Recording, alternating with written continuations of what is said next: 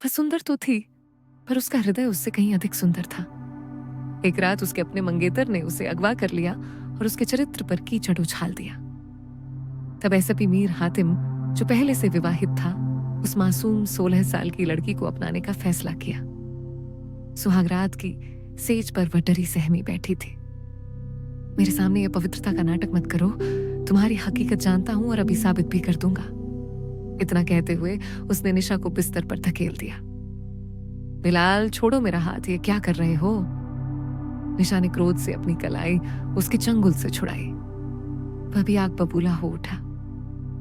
इतना ड्रामा क्यों? तुम मेरी मंगेतर हो, जो चाहूं तुम्हारे साथ कर सकता हूं और तुम मुझे रोक भी नहीं सकती। वो उसके बाजू झकझोरते हुए चीखा, मंगेतर हूं, गुलाम नहीं। निशा ने भी उसी तीव्रता से जवाब दिया, गुलाम तो तुम बनोगी शादी के बाद। ऐसा गुलाम बनाऊंगा कि सिर उठाने लायक नहीं रहोगी। बोलने की आदत है ना, देखना तुम्हारा ऐसा हाल करूंगा कि शीशे में अपना चेहरा भी ना पहचान सकोगी। चटाक। निशा का हाथ उसकी सारी सहनशीलता के बावजूद उसके गाल पर पड़ गया। वहां उपस्थित सभी ने यह दृश्य देखा। तेरी हिम्मत कैसे हुई मुझ पर हाथ उठाने की? इससे पहले कि बिलाल कुछ कर पाता, एक गार्ड बंदूक थामे अंदर घुसा और यूनिवर्सिटी के कुछ लड़कों की मदद से उसे बाहर खींच लिया। निशा रोते हुए कमरे की ओर चली गई। यह अब रोज का किस्सा बन चुका था। यूनिवर्सिटी आते ही बिलाल उसके साथ जोर जबरदस्ती करता, कभी हाथ पकड़ता, कभी खींचतान करता। निशा कितनी मुश्किल से खुद को संभालती, ये सिर्फ वही जानती थी। उसके माता पिता की मृत्यु बचपन में ही हो गई थी। ताऊजी के घर पली बड़ी थी। फूफी ने अपने बेटे की जिद पूरी करने के लिए निशा का रिश्ता उसके नाम करवा लिया, जबकि उनका इरादा किसी धनी घराने से बहू लाने का था। बेटे ने उनकी योजना पर पानी फेर दिया और निशा के लिए रिश्ता मांग लिया, जो तुरंत स्वीकार हो गया। किसी ने निशा की राय जानने की जहमत नहीं उठाई कि उसे बिलाल पसंद है या नहीं। वह अपनी मजबूरी का तमाशा देखती रही। माता पिता को शिद्दत से याद किया। अगर वे जिंदा होते तो कम से कम एक बार उसकी इच्छा जरूर पूछते। निशा इस सगाई से जरा भी खुश नहीं थी। बिलाल की आवारागर्दी की खबरें उसे अच्छी तरह मालूम थी। वह नीच किस्म का इंसान था, हर लड़की के साथ उसका चक्कर चलता, लेकिन उसमें इतनी हिम्मत नहीं थी कि ताऊजी को मना कर पाती। ऐ खुदा, यतीमों का इस जहां में कोई नहीं होता, लेकिन तू तो है ना, फिर तूने मेरे साथ ये अन्याय क्यों किया? मेरे नसीब में उस शौहदा बिलाल को क्यों लिख दिया? उसके साथ एक पल नहीं गुजार सकती, पूरी जिंदगी कैसे काटूंगी? वो खुद से सवाल करती हुई बाहर निकली। आज ड्राइवर उसे लेने नहीं आया था। तभी कुछ दूरी पर मीर हातिम की गाड़ी नजर आई और वह तेजी से उसकी ओर बढ़ी। बिलाल बाहर खड़ा था, न जाने कब से निशा का इंतजार कर रहा था। उसे मीर हातिम की ओर जाते देख वह पीछे हट गया, लेकिन बदला लेने की ठान चुका था। निशा कार की पिछली सीट पर जा बैठी। आगे की सीट पर मीर हातिम की पत्नी सारा बैठी थी, मुंह फुलाए। निशा को देख मीर ने अपनी सीट संभाली। उनकी शादी को 6 महीने हुए थे, लेकिन सारा सैकड़ों बार रूठ कर मायके चली जाती और फिर फोन आता कि उसे लिवा लाओ। वो एक मनोरोगी स्त्री थी जिसे मीर की किस्मत से बांध दिया गया था। मीर उसे बड़ी नरमी से संभालता, पर कभी कभी उसकी हरकतों से तंग आ जाता। गाड़ी में खामोशी छाई थी कि अचानक मीर के फोन पर कॉल आई। तीनों चौंके। मीर ने फोन कान से लगाया। वह कैसे भाग निकला? इस वक्त कहाँ है? ठीक है, आ रहा हूं। उसने दोनों को गाड़ी में इंतजार करने को कहा। मुझे एक भगोड़े कैदी को पकड़ना है। खबरदार, गाड़ी से उतरना मत, मेरे लौटने तक यहीं बैठना। सारा ने मुंह बनाते कहा, हम यहाँ बैठकर इंतजार करें और तुम्हारा लाइव शो देखें। मीर ने नरमी से समझाया, जहां वह पहुंचा है दूर नहीं, थोड़ा शांत रहो। गाड़ी आगे बढ़ी, जबकि निशा खामोश बैठी रही। मीर बजदान और समायरा बेगम का इकलौता बेटा था मीर हातिम। बचपन से ही वह न्याय और साहस का प्रतीक रहा। पुलिस महकमे में उसकी तारीफें होती। लोग कहते कि वह अपराधियों के लिए यमराज और मासूमों के लिए रक्षक है। उसकी जिंदगी में सब कुछ व्यवस्थित लगता, सिवाय उसकी शादी के। सारा का स्वभाव उसे हर पल परेशान करता। वह छोटी छोटी बातों पर झगड़ती, घर छोड़ती। मीर उसे प्यार से मनाता, पर अंदर से थक चुका था। फिर भी कर्तव्य निष्ठा उसे चैन न लेने देती। आज का दिन भी कुछ ऐसा ही था। फरार कैदी की खबर ने उसे तुरंत हरकत में ला दिया। वह गाड़ी तेजी से दौड़ाता हुआ उस इलाके की ओर बढ़ा जहां कैदी छिपा बताया गया था। रास्ते में उसका दिमाग निशा के बारे में सोच रहा था। वह लड़की कितनी मजबूत थी, फिर भी कितनी अकेली। उसके ताऊ जी ने उसे बिलाल जैसे लड़के से बांध दिया जो सिर्फ नाम का इंसान था। मीर को निशा की आंखों में छिपा दर्द दिखता। वह जानता था कि बिलाल उसे तंग करता रहता है। यूनिवर्सिटी में कई बार उसने उसे बचाया था, पर हर बार कुछ नया होता। दूसरी ओर गाड़ी में सारा और निशा अकेले थे। सारा का गुस्सा अभी ठंडा नहीं हुआ था। वो बार बार फोन चेक करती, मीर को मैसेज करती, ये आदमी कभी घर नहीं रहेगा, हमेशा ड्यूटी ड्यूटी। निशा चुप बैठी सुनती रही। उसे सारा पर तरस आता। वह भी एक कैदी सी लगती, अपनी ही शादी की। निशा ने धीरे से कहा, दीदी, मीर भाई साहब तो अच्छे हैं, वे सबके लिए जीते हैं। सारा ने तीखी नजर से देखा। तुम क्या जानो, तुम तो अभी बच्ची हो। शादी के बाद पता चलेगा कितना मुश्किल है। निशा मुस्कुराई, पर अंदर से सोचा कि उसकी शादी तो अभी से नरक बन चुकी है।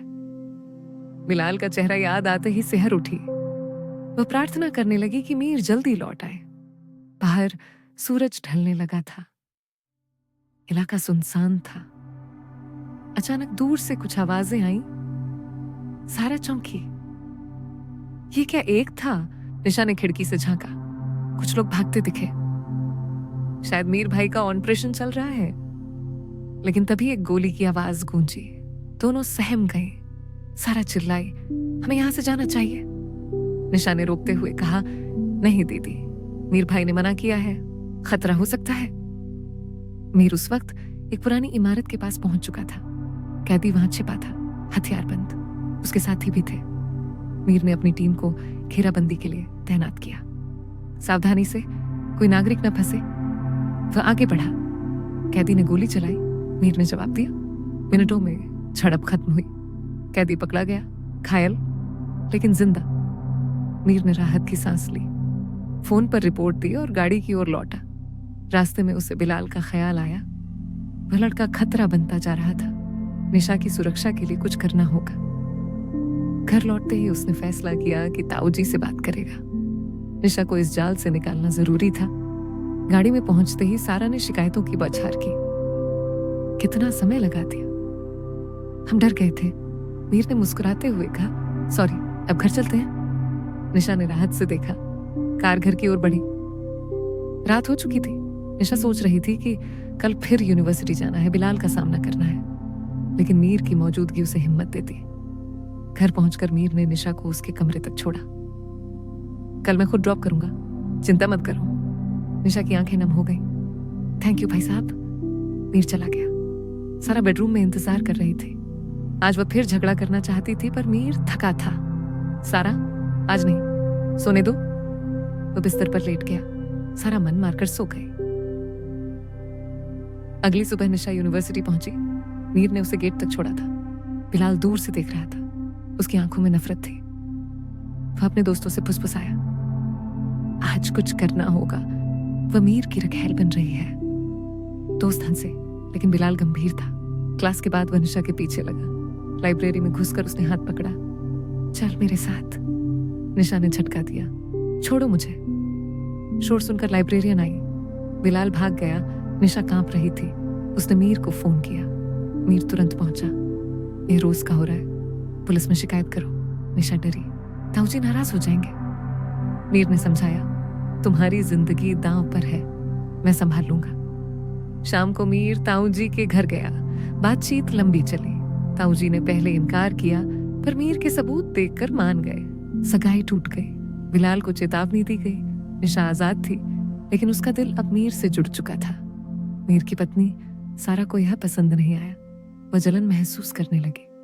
तुम उस लड़की पर ज्यादा ध्यान देते हो। मीर ने सफाई दी, वह बहन समान है। पर सारा मानती नहीं। घर में तनाव बढ़ा। निशा अब खुश थी। उसने पढ़ाई पर फोकस किया। मीर उसकी मदद करता। समय बीता। सारा की हरकतें बढ़ी।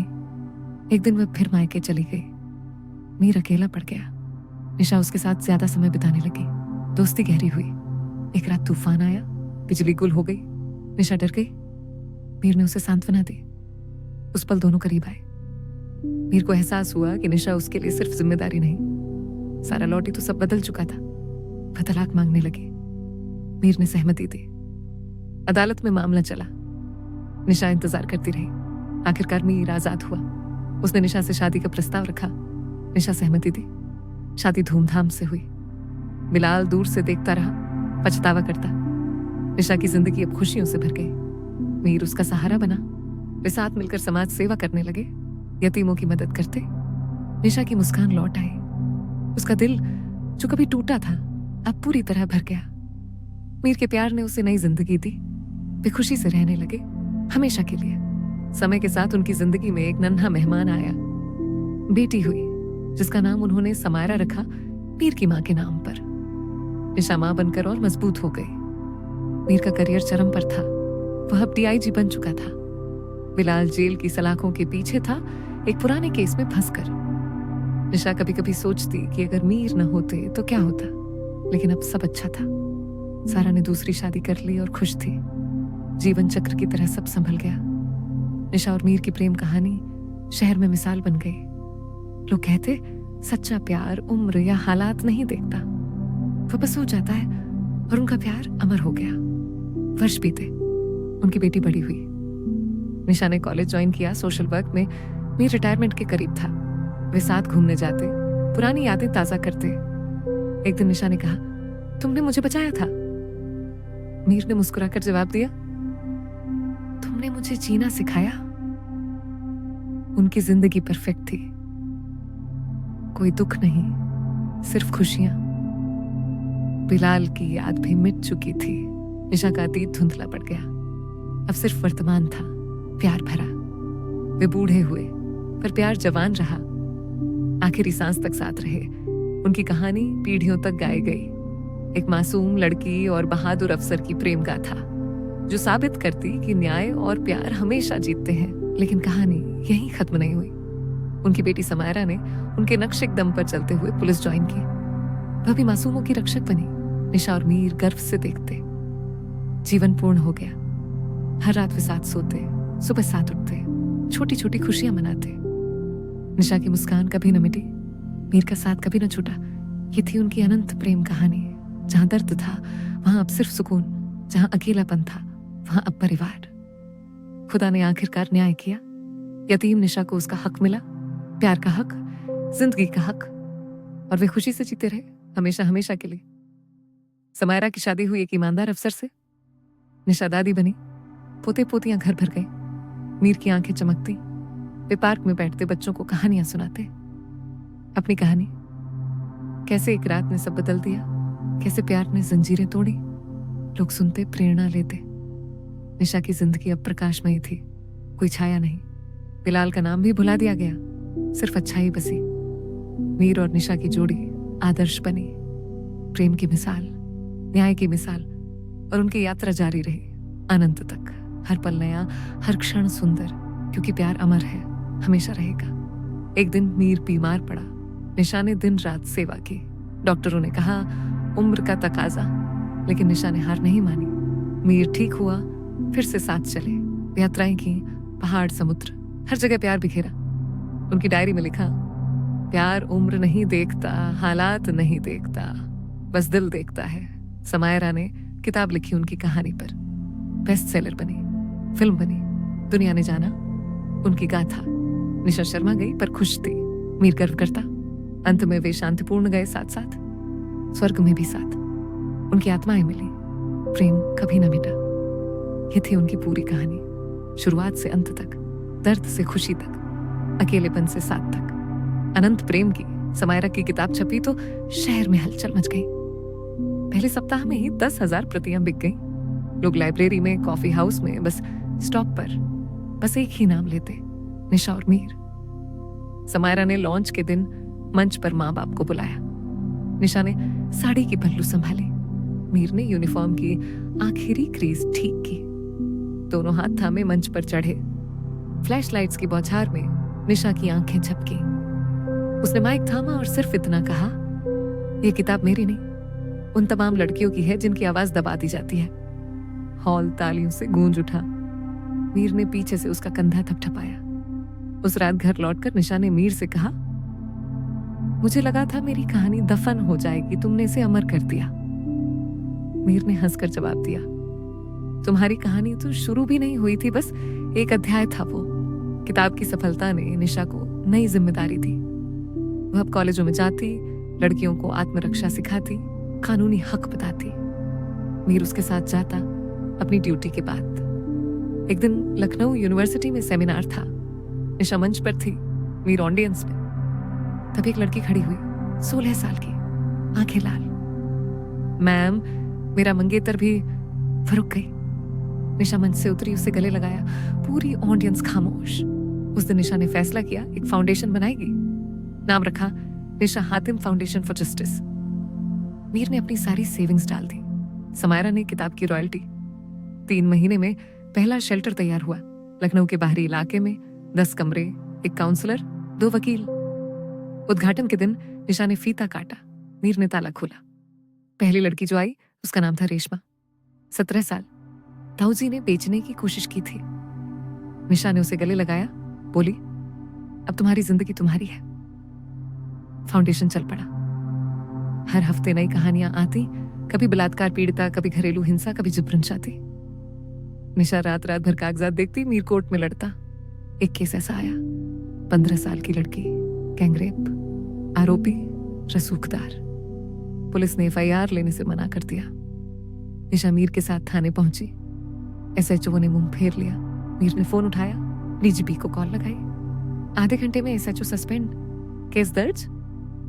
निशा ने लड़की का हाथ थामा, बोली, अब न्याय होगा। कोर्ट में मीर ने खुद गवाही दी। 3 महीने में सजा। लड़की ने निशा के गले लगकर रोते हुए कहा, आप मेरी माँ हो। उस रात निशा सो नहीं पाई। मीर ने उसे सीने से लगाया, बोला, तुम सैकड़ों माँ बन रही हो। समय बीता। फाउंडेशन का दायरा बढ़ा। लखनऊ के बाद कानपुर, वाराणसी, गोरखपुर, हर शहर में शेल्टर। निशा अब टीवी पर आती। एक इंटरव्यू में एंकर ने पूछा, निशा की आंखें भर आती, तुमने मुझे रोना सिखाया नहीं, जीना सिखाया। एक दिन अचानक बिलाल की खबर आई। जेल से रिहा हो चुका था। 10 साल पुराना केस, सजा पूरी। निशा चौंकी। मीर ने कहा, चिंता मत करो, मैं हूं। लेकिन बिलाल ने संपर्क किया, एक चिट्ठी भेजी, क्षमा मांगता हूं, मिलना चाहता हूं। निशा ने मीर से पूछा, जाऊं? मीर ने कहा, तुम्हारी मर्जी। निशा गई। कैफे में बिलाल बैठा था, बाल सफेद, आंखें झुकी। निशा ने कॉफी ऑर्डर की, चुपचाप सुनी। बिलाल ने कहा, मैंने जिंदगी बर्बाद की, तुम्हारी भी, अपनी भी। निशा ने जवाब दिया, तुमने कोशिश की पर बर्बाद नहीं कर पाए, मैंने खुद को बचाया। बिलाल रो पड़ा। निशा ने टिश्यू बढ़ाया, बोली, अब अच्छे इंसान बनो। उठी और चली गई। घर लौटकर मीर को गले लगाया। मेरा अतीत मर चुका है। फाउंडेशन का 10वां साल, ग्रैंड सेलिब्रेशन, लखनऊ के मैदान में पंडाल, 5000 लड़कियां, सभी शेल्टर की। निशा मंच पर, मीर बगल में, समायरा होस्ट। एक एक करके लड़कियां आई, अपनी कहानी सुनाई। कोई डॉक्टर बनी, कोई वकील, कोई पुलिस अफसर। आखिरी लड़की आई, रेशमा, पहली वाली। अब वह जज थी। उसने माइक थामा, ये मंच मेरी माँ का है। निशा की आंखें नम, तालियां। फिर मीर ने स्पीच दी, मैंने सिर्फ एक लड़की बचाई थी, उसने लाखों बचाई। रात समारोह खत्म हुआ। घर लौटते वक्त निशा ने कहा, मुझे लगा था मेरी जिंदगी खत्म हो गई थी, तुमने नई शुरुआत दी। मीर ने हाथ थामा, हमारी जिंदगी अभी बाकी है। बुढ़ापा धीरे धीरे आया। मीर की कमर दुखने लगी, निशा के घुटने। लेकिन काम नहीं रुका। फाउंडेशन अब ट्रस्ट बन चुका था। समायरा CEO, निशा और मीर अब सलाहकार। सुबह पार्क में वॉक, दोपहर शेल्टर विजिट, शाम पोते पोतियों के साथ। एक दिन मीर ने कहा, चलो कहीं घूमने चले। निशा ने पूछा, कहाँ? मीर ने हंसकर कहा, जहां पहली बार तुम्हें देखा था, यूनिवर्सिटी। दोनों गए। वही गेट, वही पेड़। निशा ने कहा, यहीं तुम्हारी गाड़ी खड़ी थी। मीर ने जवाब दिया, और तुम डरते हुए भागी थी। दोनों हंसे, बेंच पर बैठे, हाथ में हाथ। निशा ने सिर मीर के कंधे पर रखा। खुश हूं? मीर ने किस किया। मैं भी। आखिरी साल। मीर की तबीयत बिगड़ी। किडनी, डॉक्टर ने कहा, डायलिसिस। निशा ने कहा, मेरी किडनी दे दो। डॉक्टर ने मना किया। उम्र। निशा रात रात भर रोई। मीर ने समझाया, मौत भी साथ आएगी तो अच्छा। लेकिन किस्मत ने और वक्त दिया। 2 साल और हर दिन निशा मीर की सेवा करती, दवाइयाँ, फिजियो, डाइट। मीर हंसते रहते। एक रात मीर ने कहा, मुझे डर नहीं लगता। निशा ने पूछा, क्यों? मीर ने जवाब दिया, क्योंकि तुम हो। सुबह मीर नहीं उठे। निशा ने सीने से लगाया, रोई नहीं। समायरा आई, पोते आए, अंतिम संस्कार। निशा ने खुद चिता को अग्नि दी, लौटकर फाउंडेशन गई। काम जारी रहा। मीर के जाने के बाद निशा अकेली नहीं रही। फाउंडेशन उसका परिवार था, हर लड़की उसकी बेटी। वह अब व्हील चेयर पर, लेकिन मंच पर जाती। आखिरी स्पीच में कहा, मीर ने मुझे सिखाया, न्याय सिर्फ कोर्ट में नहीं, दिल में होता है। उस रात वह सोई, सुबह नहीं उठी। समायरा ने सीने से लगाया। दोनों की अस्थियां एक ही जगह विसर्जित की, गंगा में। फाउंडेशन ने घोषणा की, हर साल 16 नवंबर को निशा मीर जस्टिस डे मनाया जाएगा। लखनऊ की सड़कों पर आज भी उनकी मूर्ति है। निशा हाथ में किताब, मीर हाथ में तलवार। नीचे लिखा, प्यार और न्याय दोनों एक ही सिक्के के पहलू। स्कूलों में उनकी कहानी पढ़ाई जाती है, फिल्में बनी, सीरीज बनी, लेकिन असली कहानी फाउंडेशन में जीवित है। हर लड़की जो वहां से निकलती है, निशा की मुस्कान लिए चलती है, मीर की हिम्मत लिए। उनकी प्रेम कहानी सिर्फ 2 लोगों की नहीं रही, लाखों की हो गई। और इस तरह वह 16 साल की लड़की, जिसके दामन पर कीचड़ उछाला गया था, दुनिया की सबसे साफ साड़ी पहनकर चलती रही। उसके पीछे मीर का हाथ, आगे लाखों बेटियां। प्रेम अमर रहा, न्याय अमर रहा, उनकी कहानी अमर रही, हमेशा के लिए। समायरा अब 60 की हो चुकी है। उसके पोते फाउंडेशन चलाते हैं। हर साल 16 नवंबर को लखनऊ में मेला लगता है। लड़कियां आती हैं, कहानियां सुनाती हैं। कोई कहती है, मैंने बलात्कार के बाद आत्महत्या करने की सोची थी, निशा मैम की किताब ने रोका। कोई कहती है, मीर सर की तरह पुलिस अफसर बनी। मेला खत्म होता है तो सब मिलकर गाते हैं एक गीत जो निशा ने लिखा था, डर से आगे बढ़ो, अंधेरे में उजाला खुद बनो, प्यार है हथियार, न्याय है मशाल, चलो साथ चलें, हर दर्द को भूलें। गीत खत्म होता है तो सब चुप, फिर तालियां, फिर घर। लेकिन कहानी नहीं रुकती। नई लड़कियां आती हैं, नई मीर निशा बनती हैं। चक्र चलता रहता है, प्रेम का, न्याय का, जिंदगी का। एक दिन समायरा अपनी पोती को गोद में लेकर पार्क में बैठी। पोती ने पूछा, दादी, निशा दादी कहाँ है? समायरा ने आसमान की ओर इशारा किया, वहां हर उस लड़की में जो मुस्कुराती है। पोती ने दूसरा सवाल किया, मीर दादू? समायरा ने हंसकर कहा, हर उस हाथ में जो किसी का साथ देता है। पोती चुप, फिर बोली, मैं भी बनूंगी। समायरा ने गले लगाया, बनोगी। और इस तरह कहानी खत्म नहीं हुई। वो हर उस लड़की में जीती है जो अपनी आवाज उठाती है, हर उस अफसर में जो न्याय के लिए लड़ता है, हर उस प्रेम में जो उम्र, रुतबा, हालात नहीं देखता। निशा और मीर सिर्फ नाम नहीं रहे, वे उम्मीद बन गए, विश्वास बन गए, प्रेम बन गए, हमेशा के लिए। लखनऊ की हवाएं आज भी उनकी कहानी गुनगुनाती हैं, गंगा की लहरें उनकी यादें बहाती हैं, और फाउंडेशन की दीवारों पर लिखा है, यहाँ दर्द आता है मरने और जिंदगी लेकर जाता है। हर सुबह नई लड़की आती है, हर शाम नई कहानी लिखी जाती है। निशा की मुस्कान में, मीर की हिम्मत में, उनके प्यार में, ये थी उनकी पूरी कहानी, शुरुआत से आगे तक, दर्द से परे तक, अकेलेपन से अनंत तक, प्रेम की, न्याय की, जिंदगी की। और वह चलती रहेगी हर दिल में, हर सांस में, हमेशा।